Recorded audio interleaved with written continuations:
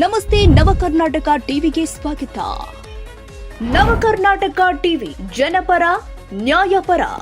ನೀವಿನ್ನ ನಮ್ಮ channel subscribe ಮಾಡಿಲ್ಲ ಅಂದ್ರೆ ಈ ಕೂಡಲೇ ಲೈಕ್ ಮಾಡಿ, ಶೇರ್ ಮಾಡಿ, ಸಬ್ಸ್ಕ್ರೈಬ್ ಮಾಡಿ, ತಪ್ಪದೆ ಬೆಲ್ ಐಕಾನ್ ಕ್ಲಿಕ್ ಮಾಡಿ.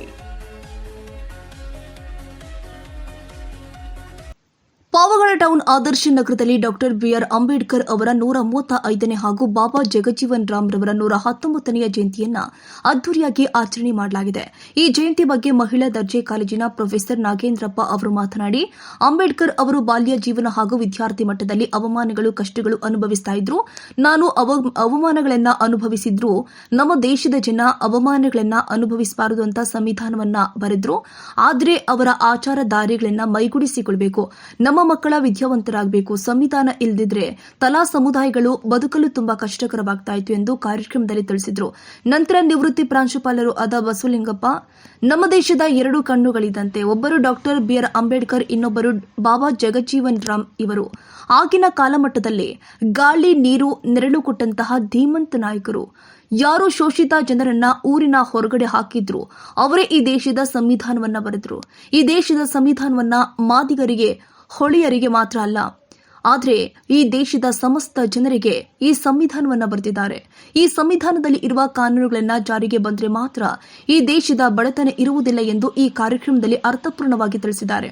ನಂತರ ಮಾಜಿ ತಾಲೂಕು ದಂಡೋರ ಅಧ್ಯಕ್ಷರು ಆದ ರಾಮಕೃಷ್ಣಯ್ಯ ಅವರು ಮಾತನಾಡಿ, ಸಮಾಜದಲ್ಲಿ ಗೌರವ ಸಿಗಬೇಕಂದ್ರೆ ನಮ್ಮ ಮಕ್ಕಳನ್ನ ಎಲ್ಕೆಜಿ, ಯುಕೆಜಿ ಇಂದಲೇ ಇಂಗ್ಲಿಷ್ ಮೀಡಿಯಂನಲ್ಲಿ ಕೂಲಿ ಮಾಡಿದ್ರೂ ಕೂಡ ನಮ್ಮ ಮಕ್ಕಳನ್ನ ಚೆನ್ನಾಗಿ ಓದಿಸಬೇಕು ಎಂದಿದ್ದಾರೆ. ಸಂಭಾವಿತ ವ್ಯಕ್ತಿಗಳು, ಶೋಷಿತ ಸಮುದಾಯದ ಧೀಮಂತ ವ್ಯಕ್ತಿಗಳು ಅಂದರೆ ಇಬ್ಬರೇ.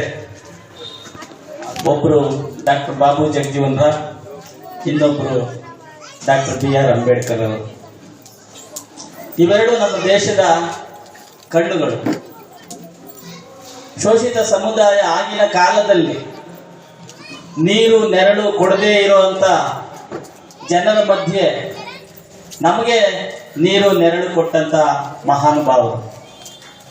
ಯಾವ ಒಂದು ಸಮುದಾಯವನ್ನ ಊರಿನಿಂದ ಹೊರಗಡೆ ಇಟ್ಟಿತ್ತೋ ಆ ಒಂದು ಸಮುದಾಯದಿಂದನೇ ಈ ದೇಶಕ್ಕೆ ಸಂವಿಧಾನ ಬರಬೇಕಾಯ್ತು. ಸಂವಿಧಾನ ನಮಗೂ ನಿಮಗೂ ಇಬ್ಬರಿಗೆ ಬರ್ದಿಲ್ಲ. 135ನೇ ದಿನಾಚರಣೆ ಅಂಗವಾಗಿ ಮತ್ತು ಬಾಬು ಜಗಜೀವನ್ ರಾಮ್ 119ನೇ ಜಯಂತಿ ಸಂದರ್ಭವಾಗಿ ಈ ಸುಂದರ ಸರಳ ಸಮಾರಂಭವನ್ನು ವಿಜೃಂಭಣೆಯಿಂದ ಆರಂಭಿಸಿ ಈ ವೇದಿಕೆಯಲ್ಲಿ ಉಪಸ್ಥಿತರಿರುವಂಥ ಎಲ್ಲ ಗಣ್ಯರಾದಂಥ ಆದರ್ಶ ನಗರದ ಹಿರಿಯರು, ಸಮುದಾಯದ ನಾವು ಇಷ್ಟು ನೀಟಾಗಿ ನಿಂತ್ಕೊಂಡು ನಾವು ಅಂಬೇಡ್ಕರ್ ಜಿ ಅವರು ಬರೆದಿರುವಂಥ ಕಾನೂನು ಇಷ್ಟು ರೋಷಾವೇಶವಾಗಿ ಇವತ್ತು ನಾವು ಈ ಜಯಂತಿ ಮಾಡ್ತಾ ಇದ್ದೀವಿ.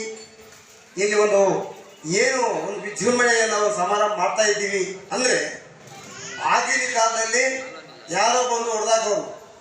ಕಾರ್ಯಕ್ರಮದಲ್ಲಿ ಜಿಲ್ಲಾ ಅಟ್ರಾಸಿಟಿ ಸಮಿತಿಯ ಸದಸ್ಯರು ಆದ ಡಿಜೆಎಸ್ ನಾರಾಯಣಪ್ಪ, ಜಿಲ್ಲಾ ಸಂಘಟನಾ ಸಂಚಾಲಕರು ಆದ ನರಸಿಂಹಪ್ಪ, ತಾಲೂಕು ಸಂಚಾಲಕರು ಆದ ಮದ್ದುಲೇಟಪ್ಪ, ಮಾದರ ಮಹಾಸಭಾ ತಾಲೂಕು ಅಧ್ಯಕ್ಷರು ಆದ ನರಸಿಂಹಪ್ಪ, ಡಿಎಸ್ಎಸ್ ಮುಖಂಡರು ಆದ ಉಗ್ರಪ್ಪ, ಗಂಗಮ್ಮ, ಪಾರ್ವತಮ್ಮ, ಸಂಜೀವಮ್ಮ, ಮುತ್ತುರಾಜು, ಗಂಗಪ್ಪ, ದುಗ್ಗಪ್ಪ, ವೈಎನ್ ಮಾರಪ್ಪ, ಸಿ ಕೆಪುರ, ಹನುಮಂತರಾಯಪ್ಪ, ಕೃಷ್ಣಪ್ಪ, ಕಟ್ಟಡ ಕಾರ್ಮಿಕರ ಅಧ್ಯಕ್ಷರು ರಾಮಾಂಜನಪ್ಪ, ಮುದ್ದುಲೇಟಪ್ಪ, ವಿಜಯಕುಮಾರ್, ಆರ್ಕೆ ಅಂಜನ್, ಮಠ ನರಸಿಂಹ, ನಾರಾಯಣಪ್ಪ, ಗಂಗಾಧರ್, ಎಸ್ಎಸ್ಕೆ ವೆಂಕಟೇಶ್, ನಾಗರಾಜ್ ಬುಗಡೂರು, ನಾರಾಯಣಪ್ಪ, ನಾಗೇಂದ್ರ ಮುಂತಾದ ದಲಿತ ಮುಖಂಡರು ಹಾಗೂ ಮಹಿಳೆಯರು ಮತ್ತು ಮಕ್ಕಳು ಮೆರವಣಿಗೆಯಲ್ಲಿ ಭಾಗವಹಿಸಿ ಕುಣಿದು ಕುಪ್ಪಳಿಸಿದ್ದಾರೆ.